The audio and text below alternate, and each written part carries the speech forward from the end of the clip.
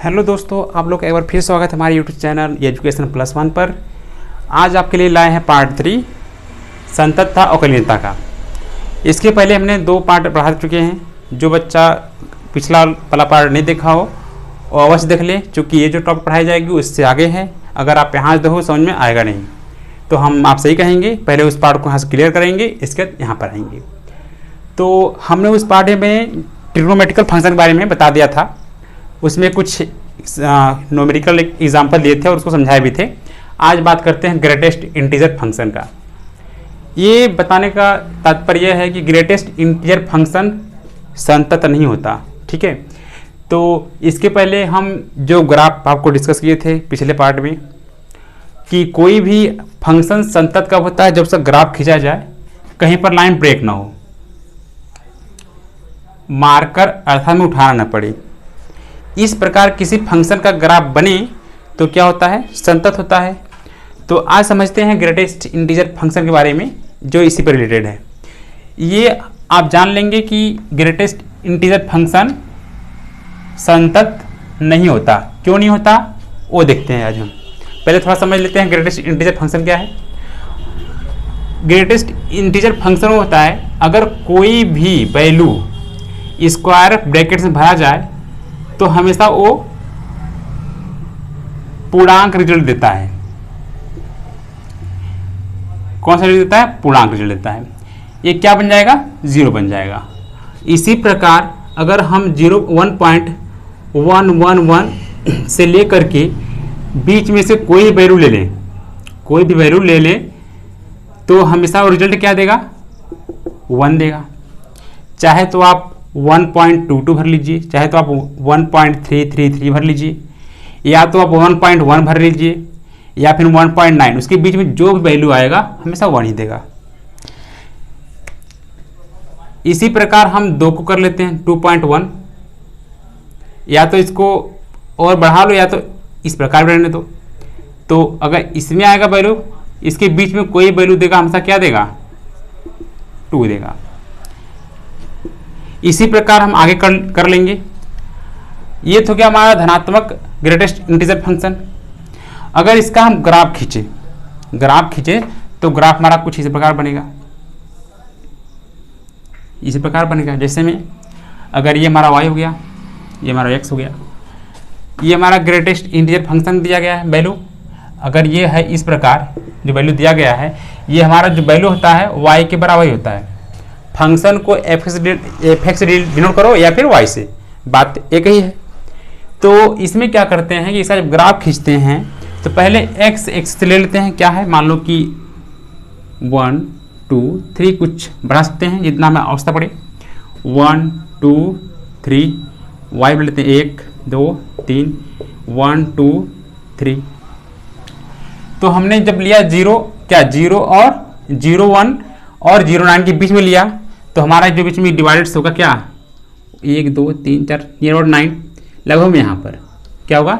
यहाँ पर जो पहला जो ग्राफ दिखाएगा y एक्सिस पर क्या होगा? इस बिंदु पर, मतलब क्या होगा? 0 पर, y की एक्सिस पर। अगर इसको हम आगे बढ़ते हैं 1 पॉइंट क्या लेते हैं? 999 नियर अबाउट। जब यहाँ आते हैं हम कुछ इस प्रकार, तब वैल्यू कितना दे रहा है y का? हमें क्या मिल रहा है? y बस अच्छा पर 1 मिल रहा है। तो 1 कहाँ पर है? यहाँ पर, ठीक। इसी प्रकार 2.1 से लेकर 2.9 के बीच वैल्यू कहाँ मिलेगी हमें? जस्ट यहाँ थोड़ा पहले ये अबाउट कहाँ? इस पर मिलेगा 2 पर, ये हमारा हो जाएगा। इसी प्रकार अगर हम अगला खींचते हैं 3.1 से लेकर के कहीं भी 3.9 के बीच में, तो क्या मिलेगा हमें? हमेशा 3 मिलेगा। मतलब इसको थोड़ा सा आगे बढ़ाते हैं, यहाँ पर मान लो 4 पॉइंट है, इसके बीच में कहाँ मिलेगा मेरा? y एक्स पर 3 ही तो मिलेगा। क्या मिलेगा? 3 मिलेगा, जो कहाँ होगा? जस्ट इसके थोड़ा सा पहले, ठीक है। इसी प्रकार जब निगेटिव लेंगे तो निगेटिव ग्राफ कहाँ बनेगा? अगर मान लो ये हो गया -0.1 से लेकर के -0.9 के बीच में, तो वैल्यू हमेशा क्या मिलेगी? वैल्यू हमेशा निगेटिव मिलेगी। क्या मिलेगी, निगेटिव। इसमें थोड़ा सा फंडा चेंज होगा, जो क्या होगा, -1 हो जाएगा। ठीक है, अगर इसी प्रकार अगर हम आगे बात करें इसके नेगेटिव के लिए, तो मान लो -1.11 के बीच में लेकर के कहीं से ले लो -1.9 के बीच में, तो वैल्यू क्या होगा, -2 होगा। ठीक है, मतलब एक क्या है और कम। ठीक है, -2.1 के बीच में चेक किया जाए ग्रेटेस्ट इंटीजर फंक्शन के बारे में, तो वैल्यू बाहर कितना निकलेगा, 2 निकलेगा -3। ठीक है, तो जो वैल्यू आएगा नियर अबाउट ऐसे कुछ इस फॉर्म का ग्राफ बनेगा जैसे ये बना है।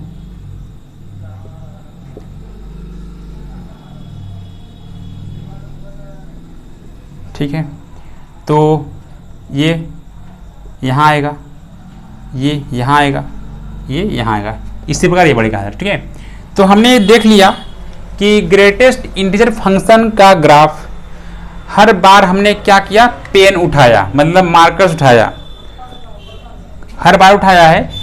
तो ये प्रदर्शित करता है कि ग्रेटेस्ट इंटीजर फंक्शन क्या होता है, संतत नहीं होता।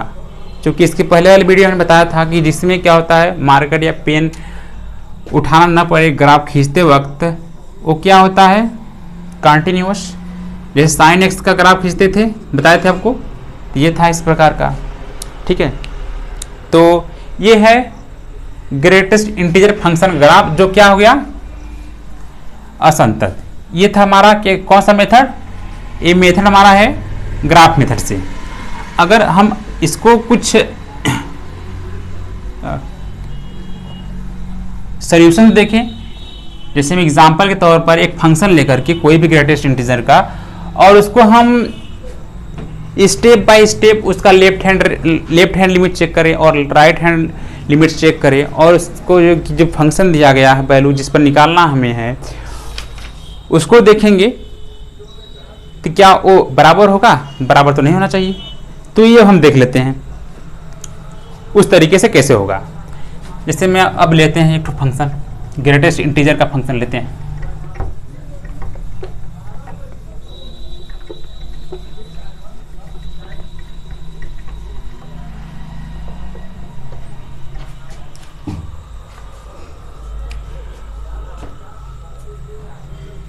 सपोज दैट एक हमारा फंक्शन दिया गया f(x), जो क्या दिया है, x।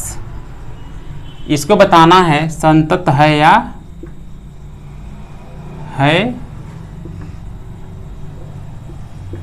नहीं।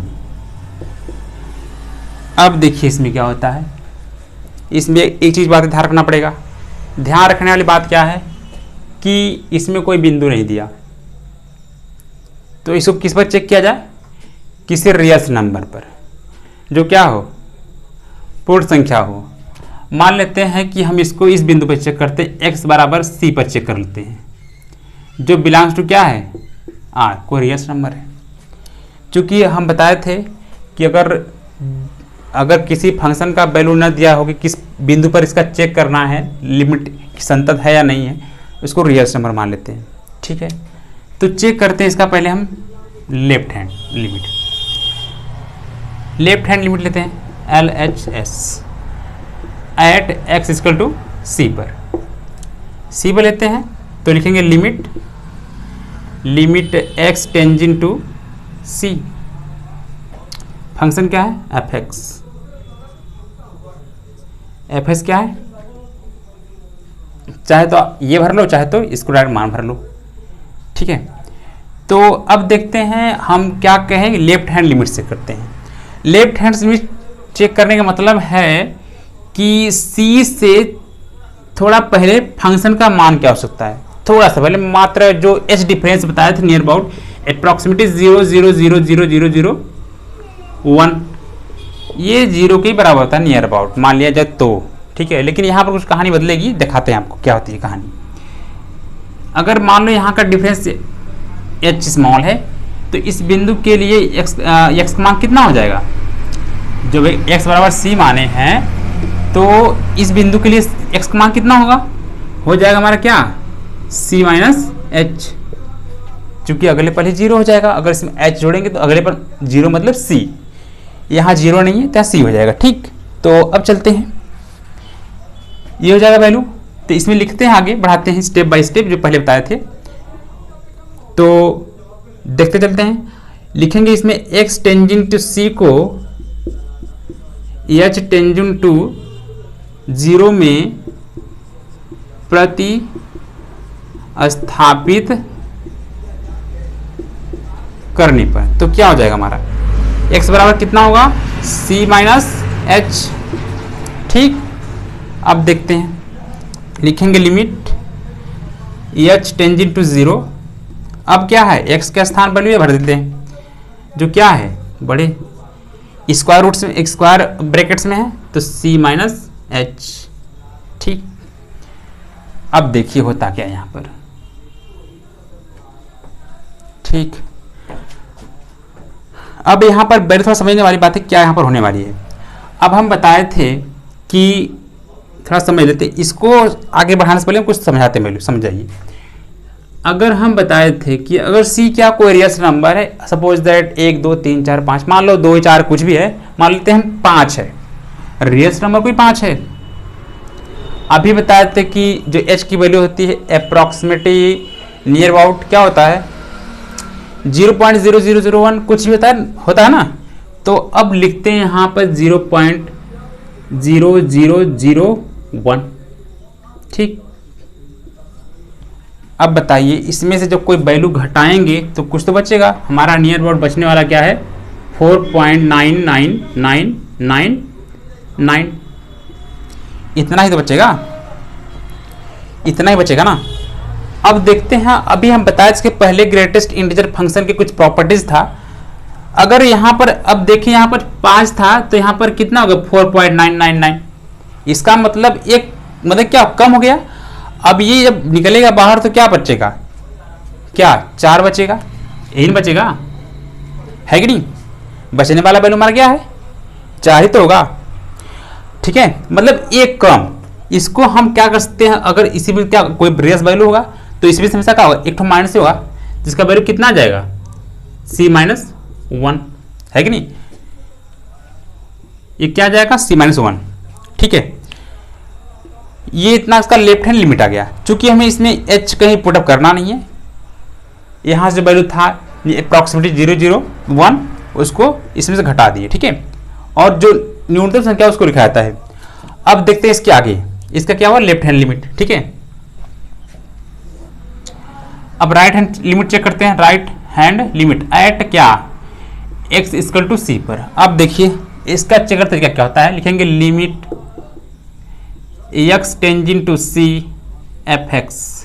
ठीक है, राइट हैंड मतलब क्या है अप्रोचिंग इधर से करेंगे, जो क्या होगा डिफरेंस यहाँ मान लो इस बिंदु को चेक कर रहे हैं, थोड़ा सा आगे c से थोड़ा ज़्यादा, वहाँ पर फंक्शन का वैल्यू क्या हो सकता है। ठीक है, वहाँ पर फंक्शन का वैल्यू क्या हो सकता है ये चेक करना में। ठीक, अब देखते हैं, अभी जो होने वाला है तो जब यहाँ पर चेक करेंगे तो x का मान कितना आ जाएगा c प्लस h होगा, क्योंकि अप्रोचिंग इधर से कर रहे थे। इस बिंदु पर क्या c प्लस h जुड़ेगा तो इस बिंदु पर c है, तो लिखेंगे यहाँ पर क्या x टेंजेंट टू c को h टेंजेंट टू 0 में प्रतिस्थापित करने पर। इसके बाद प्रोसेस क्या होगा x equal to c plus h, value भरते इसमें हम limit h tangent to 0 plus greatest integer function क्या है h, यहाँ पर मतलब क्या है c प्लस h हो जाएगा स्क्वायर ब्रैकेट्स। अब यहाँ पर क्या है अप्रॉक्सीमेटली h इक्वल टू क्या था 0001 था, तो इसके प्रॉपर्टीज क्या लगी यहाँ पर। पहले कुछ बात थोड़ा समझ लेते हैं यहाँ पर कि होने वाला क्या है। अगर suppose c equal to real number है, रियल नंबर, तो क्या होगा मान लेते हैं c क्या 4 है या 5 मान लेते हैं, कुछ भी मान लेते हैं। तो इसका वैल्यू क्या था हमारा अप्रॉक्सीमेटली 0.00001। इसमें ऐड करने से फायदा होने वाला है, देखते हैं क्या होने वाला है, भी दिखाते हैं आपको। 5.00001 यही तो होगा। लेकिन एक बात हमें ध्यान रखने वाली बात क्या है, जो फंक्शन है ग्रेटेस्ट इंटीजर फंक्शन है, तो इसमें जो निकलता है हमेशा क्या निकलता है, वही रियल वैल्यू निकलेगी। मतलब क्या, 5 है तो 5, 4 है तो 4, ठीक है। तो यहां पर जो निकलेगा वैल्यू सिर्फ क्या निकलेगा, सी निकल जाएगा। मतलब राइट हैंड लिमिट एच इसका एच, राइट हैंड लिमिट बराबर कितना आ गया, सी आ गया। ये तो वैल्यू इसका आया, ठीक है। अब यहां से देखते हैं कि लेफ्ट हैंड लिमिट इस फंक्शन का, ग्रेटेस्ट इंटीजर फंक्शन का जो लिमिट था, लेफ्ट हैंड लिमिट और राइट हैंड लिमिट दोनों पर बराबर नहीं है। तो इसका मतलब क्या है कि लेफ्ट हैंड लिमिट और राइट हैंड लिमिट, ठीक है। अब देखिए इसमें क्या, जब दो ठो बराबर नहीं हुई तो तीसरे की बात नहीं करेंगे, इतने पर लिख देंगे, ठीक है, बराबर नहीं है तो लिखेंगे left hand limit not equal to right hand limit. अतः क्या है, फंक्शन ये असंतत है। तो ग्राफ से समझ लिए और इस सवाल के सोल्यूशन से भी, ठीक है। इतनी बातें क्लियर हो गई। अब चलते हैं इसके आगे। इसके आगे चलने वाली बात क्या है कि अब आएगा सिग्नम फंक्शन। क्या आएगा, सिग्नम फंक्शन। तो सिग्नम फंक्शन पढ़ने के लिए उसकी कुछ प्रॉपर्टीज तो खास होती नहीं है, लेकिन उसमें कुछ इस प्रकार का सिंबलाइज दे देता है। अगर कोई मान लो कि एक फंक्शन दिया गया 5x + 1, यदि क्या हो x का मान 1 के बराबर हो। अगला आ जाएगा ऐसी कंडीशन 4x + 1 x इज 1, या फिर सॉरी कर लो यहाँ पर, सॉरी मतलब क्या है 0 कर लो यहाँ पर। इस प्रकार सिग्नम फंक्शन बनेंगे। तो उसके बारे में बात कर लेते हैं अब, सिग्नम फंक्शन के बारे में। थोड़ा सा एक सेकेंड।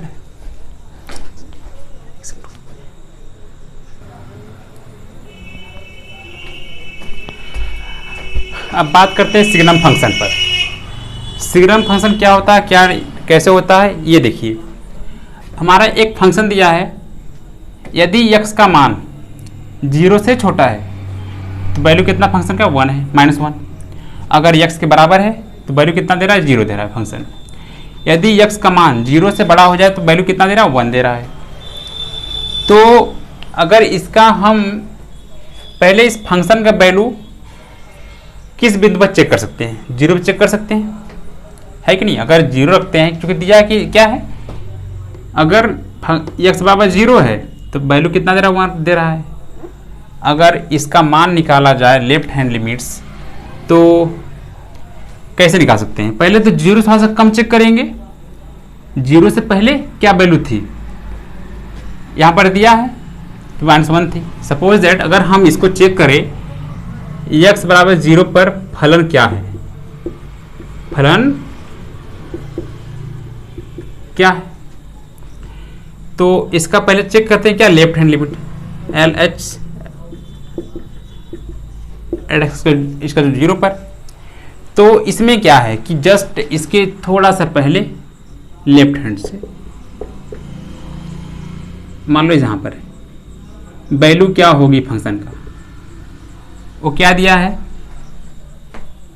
-1 है कि नहीं। तो जो वैल्यू कितना दिया गया है, एक तरह से लिखते हैं डायरेक्ट से, LH limit at LH left hand limit at x equal to 0 पर वैल्यू कितना दे रहा है, -1 दे रहा है, ठीक है। अब इसका राइट हैंड देखते हैं, 0 से थोड़ा बड़ा, तब वैल्यू कितना मिल रहा है, देखते हैं। Right hand limit at x equal to 0 पर चेक कर लेते हैं। अब जब 0 से बड़ा रख रहे हैं राइट हैंड से में, राइट हैंड लिमिट निकालेंगे तो अप्रोचिंग इधर से करेंगे, तो इस वैल्यू कितना दे रहा है, मतलब 0 से वैल्यू कुछ भी हो सकता है, 1, 0.1 या फिर उससे भी ज़्यादा 0.2 वगैरह, मतलब बढ़ता जाएगा, ठीक है। तो उसमें कहीं भी चेक कर लेंगे वैल्यू में से कितना दे रहा है, 1 दे रहा है। तो कितना आया, 1 दे रहा है। इसमें दो कंडीशन मिला क्या, और जब हम फंक्शन का वैल्यू चेक कर रहे हैं, जिस बिंदु पर हमें मान निकालना है, x बराबर 0 डायरेक्ट रख लेते हैं, कितना फंक्शन मिल रहा है, तो कितना x कितना 0 पर, तो fx, तो वैल्यू कितना दिया, 0 दिया। इसमें हम एक चीज देखते हैं कि इसका जो फंक्शन है left hand limit at x equal to शून्य पर नहीं बराबर किसके, left right hand limit at X equal to शून्य पर नहीं बराबर इसके, और ये क्या है एफ एक्स जो दिया वैल्यू प्रूफ किए, ये तीनों क्या है आपस में बराबर नहीं है। तो अब एक बात ये हो गई, ये हो गई। अब इसको समझने के लिए थोड़ा सा इसको आगे बढ़ाते हैं। अगर मान लेते क्या कि अगर 0 से बड़ा कोई भी नंबर होता, 1 होता, 2 होता, 3 होता, तब फंक्शन ये क्या था, सिग्नम फंक्शन की वैल्यू क्या होती, ये संतत होता कि असंतत होता, इस बात की डिस्कस करेंगे अभी। क्योंकि हमने क्या किया 0 पे चेक कर लिया, अब देखते हैं यदि क्या हो जाए फंक्शन, अगर x का मान कितना 1 हो जाए, मतलब 0 से बड़ी, सपोज दैट 0 से बड़ी कुछ भी 2 ले लो 3 लो कुछ भी, ठीक है, हम मान लेते 1 ले लेते हैं।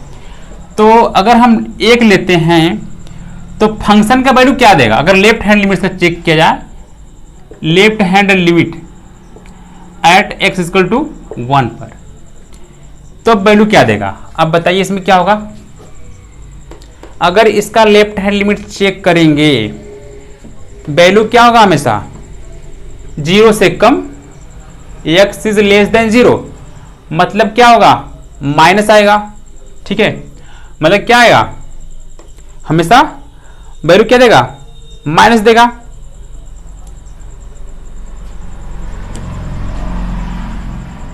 सॉरी इसमें माइनस नहीं 0 0, थोड़ा सा मिसिंग हो रहा है, थोड़ा सा 1 मिनट।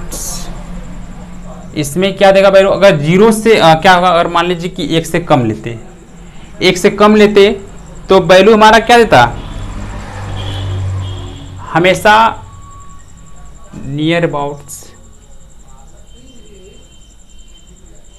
जस्ट 1 मिनट, वैल्यू हमेशा क्या देता, एक सेकेंड थोड़ा सा,